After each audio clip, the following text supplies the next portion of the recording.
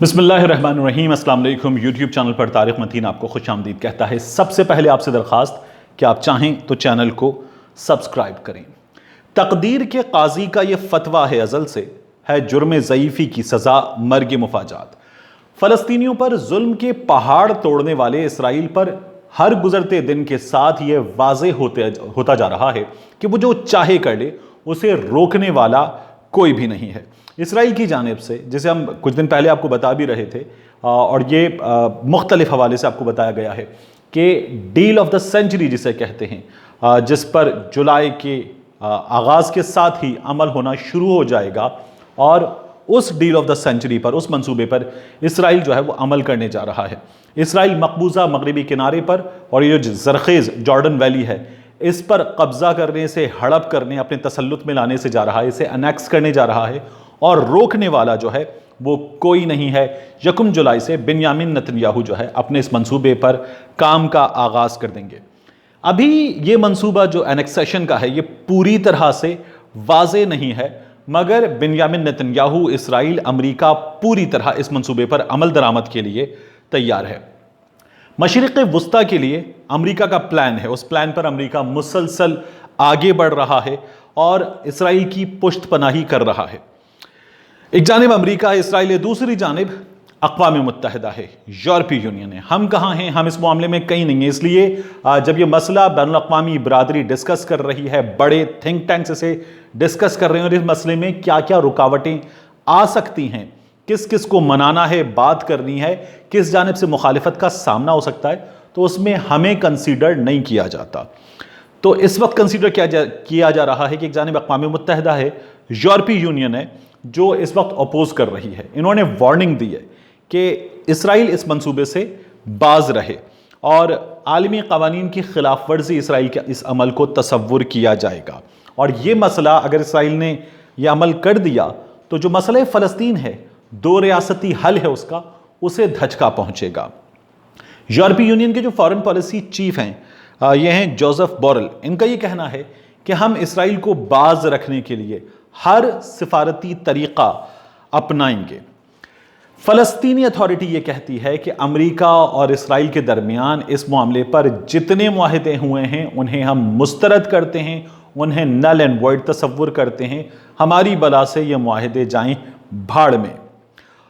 अब बैनुल अक़वामी बिरादरी ये कहती है, आलमी क़वानीन ये कहते हैं कि यकतरफ़ा तौर पर ऐसा कदम कि जिसमें आप एक मुतनाज़ इलाक़े को, एक डिस्प्यूटेड टेरिटरी को हड़प कर लें, अपने अंदर जम कर लें, ये गैर कानूनी है।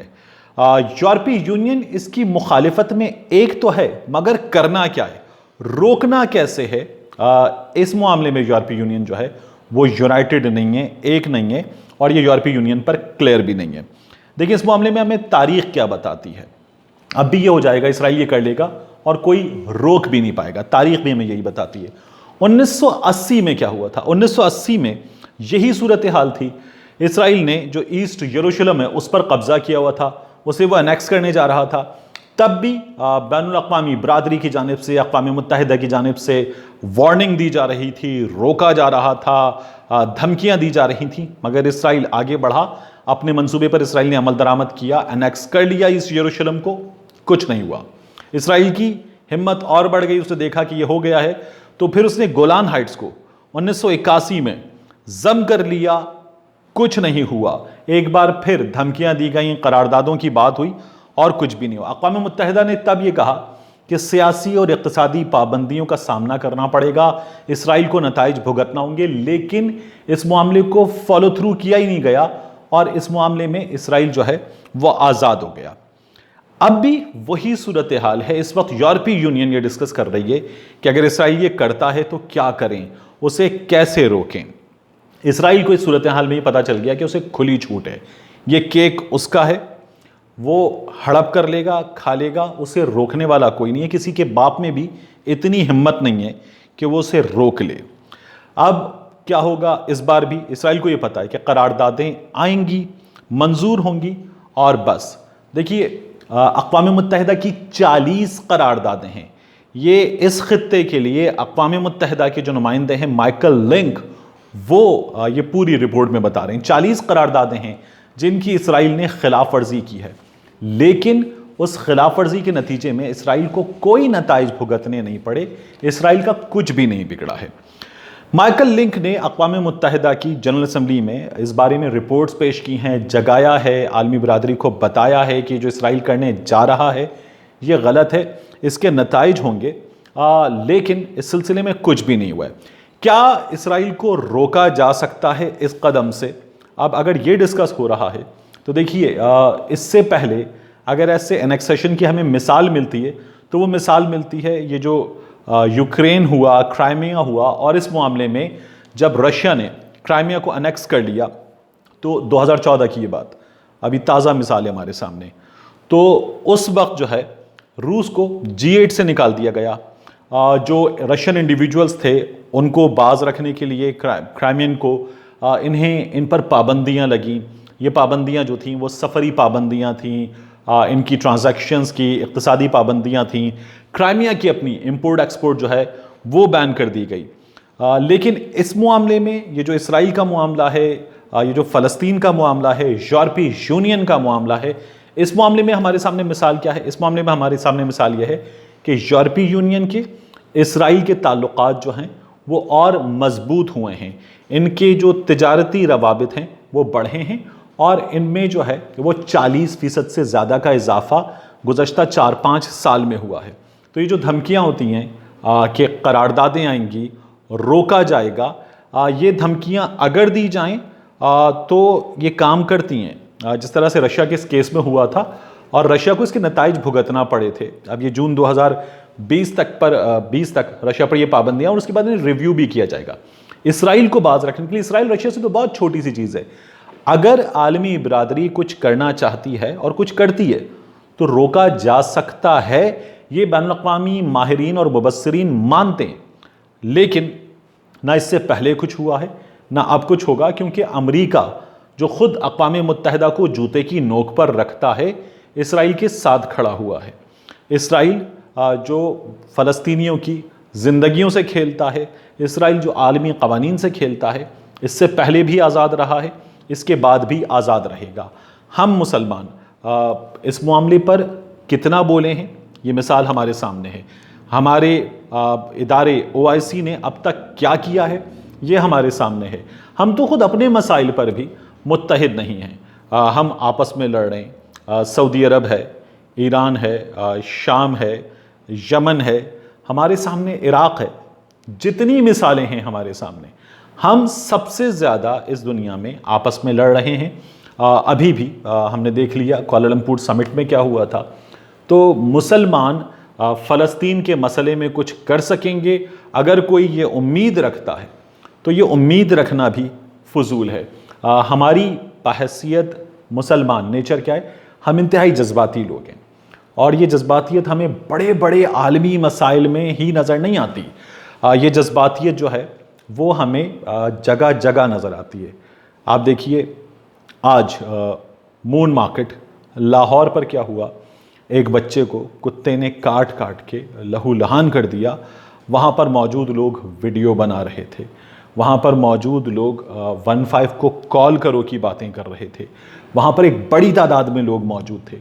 उन कुत्तों के मालिकान को, उन कुत्तों को रोकने वाला वहाँ पर कोई भी नहीं था।